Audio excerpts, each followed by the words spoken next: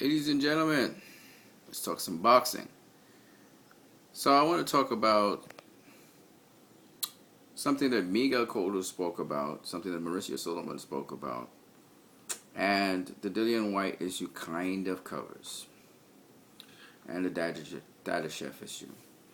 When I was listening to Coach Steve Willis, he was speaking about the fact that boxers today, a lot of them die in the ring because not what happened in the ring, the punishment taken in the ring, but actually punishment taken in training, where they actually badly damaged, and then the effect of that damage is finished off in the ring.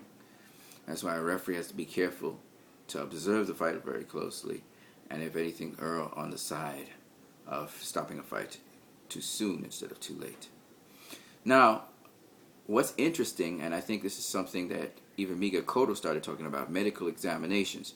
And it's a point that I actually was thinking about when I was reflecting not only on the early deaths of some fighters, but also on the fact that some people may be using PEDs. I think that fighters should be checked regularly with medical exams before going into a fight. Now, I know they are checked, generally speaking, with medical exam, but a thorough medical exam, especially CAT scans, seeing that damage to the brain is one of the principal reasons why fighters sometimes get badly damaged in boxing. And some enter coma, some die. So, principally, I think fighters should actually have medical exam for their overall health, one. And two, also, they should have medical examinations, CAT scans, and that would clear them as to them fighting. They do that with hurt or injured fighters who may have had some sort of brain injury at some point, whether it's a concussion or otherwise, and that's why they give a grace period of about 6 months, 3 months to 6 months, for someone who is severely knocked out. It wasn't so back in the day. I think that cranial trauma is a serious thing. So what I would say and suggest is that we have more medical exams. I think you should have a medical exam before, as a reference point, a control, before the fighter goes into any kind of training. Then you should have a medical exam during training, and then you should have a medical exam at the end of training as you're about to approach into a fight. I think that those are very important, plus the medical exam you have just before the fight. Should be comprehensive exams that involve brain scans. I really think that will reduce the number of deaths in boxing, at least at the championship level and wherever. I know these things are expensive, but there are things that should be done. In fact, a boxer, if there's any problems with his brain or his eyes, particularly, he should not be allowed to fight. Okay?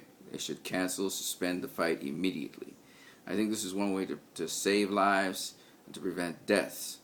In addition, this medical test should complement the independent body's testing. You can't have enough testing.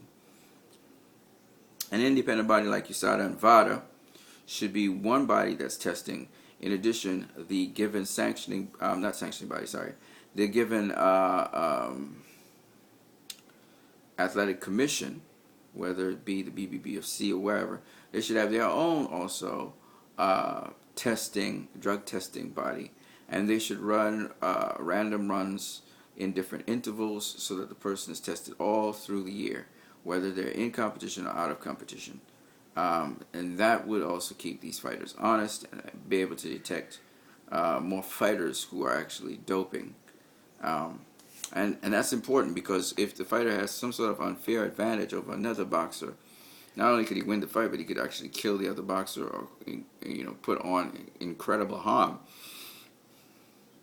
on the opponent. So it's very important that these people, conjunctly, we have these random blood tests and random drug testing that is done, random doping.